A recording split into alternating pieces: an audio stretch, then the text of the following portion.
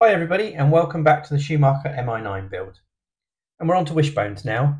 Now this is a fairly straightforward step, but there's still a few areas which I pay attention to just to make sure I get things right. So I thought I'd take you through it.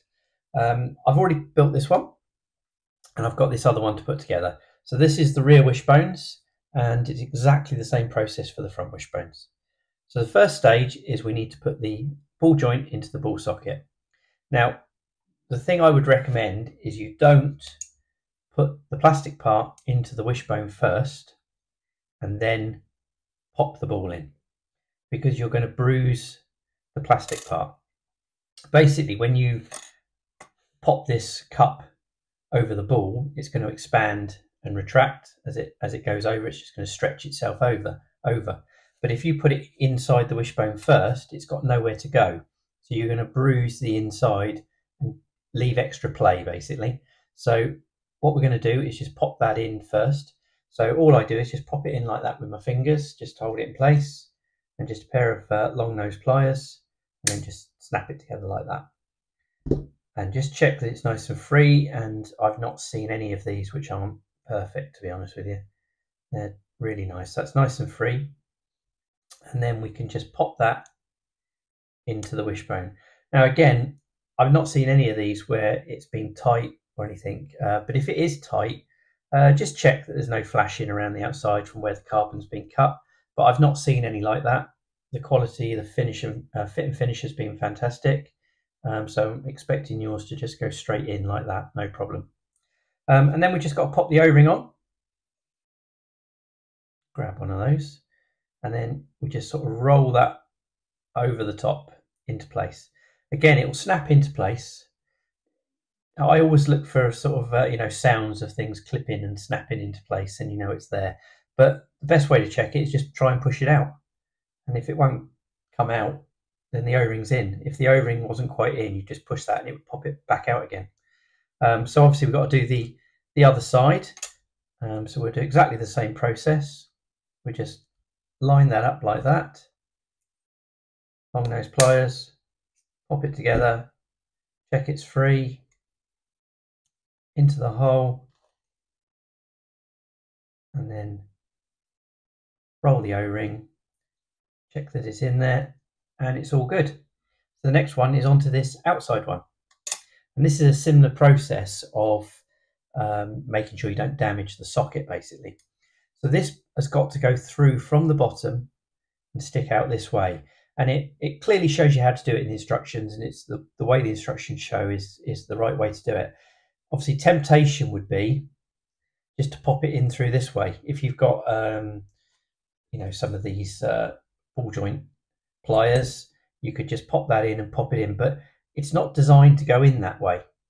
As you can see that it doesn't really want to go in that way, and all you're going to do is stretch and damage this plastic part, and then it's more likely to come out when you're on the track.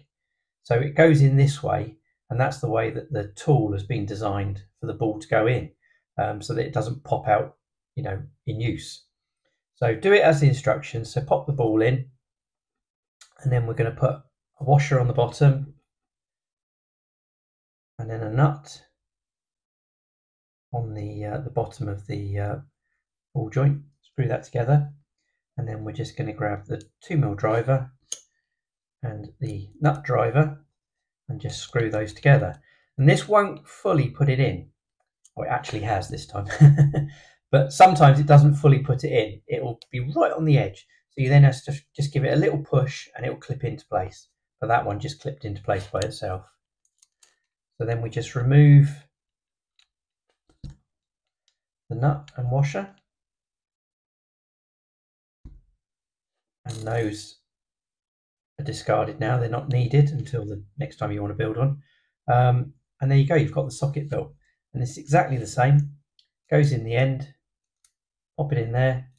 Just make sure it all goes in and it's nice and free. Same O-ring. The same O-ring in all three places. And then just roll that round. One doesn't want to go. One's putting up a fight. There we go. Rolled it round. I made that look harder than it was. And exactly the same, just give it a push, make sure it doesn't come out, and you know that's all in place. And that's the main part of it done. The only other part to put together really is you've just got to put on the shock mount on the end, which is pretty straightforward. Just pop that in and then the screw goes through. And then you've got the droop screw socket. So this you do need to pay a little bit of attention, and I may have made this mistake in the past. Obviously you've got these two holes here. It's the larger hole, which is the one where the socket goes in, and it goes in from the bottom, because obviously you're going to be pushing down, and it needs to be, it's got force going upwards, so you don't want it to pop out. So again, as the instructions, hold that in place, and you just use a screw and washer and pop that through.